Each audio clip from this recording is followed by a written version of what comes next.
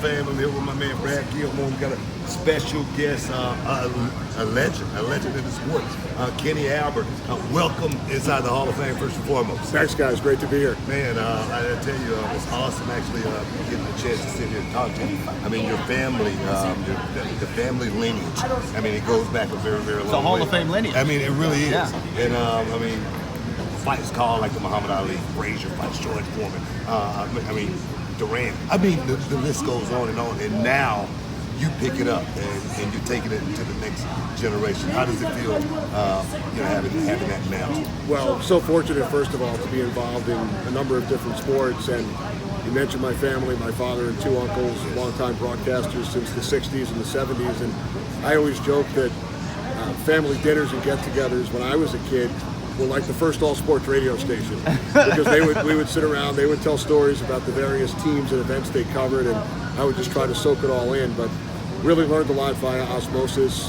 The sport that I've done the longest is hockey, and then started doing the NFL with Fox in '94, and added baseball and some basketball, and now boxing in recent years. But just learned so much back in the day, and watching and listening not only to family members but so many other legendary broadcasters growing up on the East Coast, and just trying to soak in as much as I could. Is it, I mean, when I first got into broadcasting, I kind of like slipped up the banana peel and got into it. Being a professional wrestler, the guys would be out in the middle of the ring wrestling, and I would be back in the back, and we would have a television monitor, and I would be, calling the matches, and I would make up names for them. I would make up different moves, and the guys actually liked watching me do the commentating. So I actually got into it that way. But for you as a kid, is it something that you always knew you was going to do? I did. I wanted to ever since I was 5 years old. I wasn't doing it in a wrestling ring. Yeah. But I got a tape recorder for my birthday from my parents when I turned 5. And I set up my bedroom, like a TV or radio studio. I had the desk and then the bed and then the TV, and I would announce games into the tape recorder. And when I was old enough, I would start bringing it to Madison Square Garden or Shea Stadium and call games into the tape recorder. And I was real fortunate when I was about 15. A local cable station came to my high school to film a girls' basketball game. And it was 2 cameras, no announcers, and I volunteered to announce the game, and they clipped a microphone onto my shirt. I announced that game, and then over the next 3 years, did hundreds of events: high school basketball, football, baseball, hockey, lacrosse, soccer. Yeah, we've seen and it was an unbelievable experience. I bring friends along as my color analyst, and I felt at that time, these days, there are so many broadcasting camps, kids get started at a much younger age. Back then, that wasn't the case. You really couldn't do it until college. So I felt I had a head start of 3 years on all these other kids my age, teenagers who wanted to get into broadcasting, because there weren't really too many outlets for it at that time. I tell young people all the time, find your passion. You find your passion, you'll never work a day in your life. And for you, like myself, when I got into professional wrestling, I was willing to do it for free. I just wanted to be around it. Yeah. And then when I first got my first contract, I was like, man, you guys gonna pay me to do this? Are you kidding me? I always say the same thing. There's a lot of work and travel that goes into it, and certainly sacrifices. I'm hardly ever home on the weekend, but I'm home during the week a lot more than many other people. But I never feel like I'm going to work. Again, there's travel, there's a lot of preparation that goes into it, but so fortunate, just like you, never feel like I'm working. As well as when you're good at what you do, like you are. You never have to worry about a check in the mail. I mean, it just automatically appears. You mean we're not doing this for free anymore? Oh no, we actually get paid now. But we're here. Honestly, Pacquiao didn't see PacThurman. He's going down. And yourself, like myself, I'm 54 years old. I've been around a long time. I've seen, the fight game. I'm only 3 years behind. Like I said, I was a huge Muhammad Ali fan growing up. I mean, go back to Jersey Joe Walcott. I just love, the fight game. And now we've been talking about Manny Pacquiao and Thurman. I've been watching a lot of the young guys, like the Sean Porters, like the Mikey Garcias. They've been analyzing this fight. It seemed like the young guys always want to tend to lean towards the older guy. And me personally, I think it's because they grew up watching him. It's an idol in your eyes.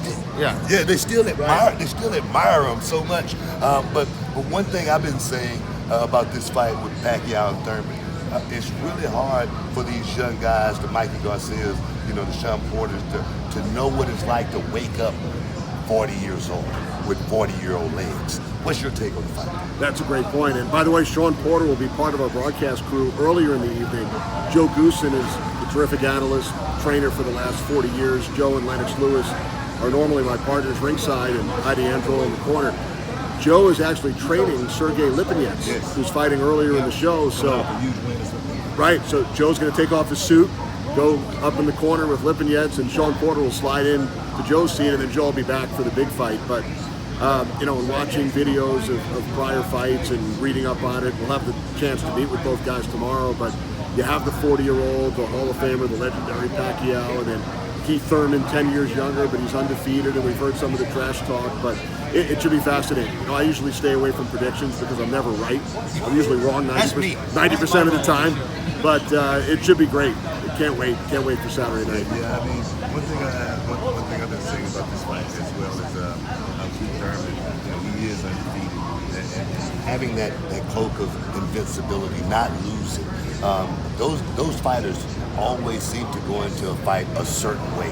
They walk a certain way. They seem like they have a certain air about themselves. And Keith Thurman, he seemed like he has that. And I think, for me, if I had to pick it, which I have been picking it all week, I've been going with Keith Thurman because I really feel like Manny Pacquiao has done so much for the sport, but he's done so much in the sport as far as all the wars, all the battles, all the miles. How much tread is left on the tires of Manny Pacquiao? Right. That's the question I have. Yeah, 70 pro fights, almost 500 rounds, so there's certainly been a lot of tread on those tires, but does he have one more in him? We'll see. Keith Thurman, 29-0. Hasn't fought a lot in the last 2 years due to a couple of injuries, right? Only one fight in the last 18, 19 months or so. Yeah, so. Right. At that fight and determining, what Keith Thurman is really all about. But I say, coming back off of a shoulder injury, fighting Josecito Lopez, that was a tough matchup because the Riverside Rocky, on any given night, he can go out there and win. That's the way I feel about it. And that could be a positive for Thurman, right? I think so. To go through what he went through against Lopez could actually help him on Saturday. We'll see. Brad, you got anything? Well, yeah, you're talking about all the trash talk that we hear. Do you think that that's going to play to his advantage? Because we saw Manny answer a few questions. He seemed a little rattled. He seemed kind of embroiled by it a little bit. Do you think that's his strategy? Do you think it's going to work in the fight? Well, we've seen that in boxing forever, right? And but now with Manny's always a guy who's big you're right. And reading some of his quotes, he said, "Well, that's all talk. We'll see what happens in the ring." But speaking of trash talk, I know you guys were out here on Radio Row. Caleb Plant and Mike Lee, who were both unbeaten, they were just going at it as far as the trash talk inside. So that'll be a fun one to call as well on Saturday on Fox. I'm looking forward to seeing Caleb Plant. His rise to success. It's definitely been inspirational in so many different ways. But then he goes out in the ring, and he backs it up with hands. But I tell you, I know you're busy, Kenny. I want to thank you for stepping inside the Hall of Fame, and hopefully we have a great week. No, thanks, guys. Great to see you guys out here, and hopefully we can do it again down the road. Enjoy the fight on Saturday. Awesome. Thanks, guys.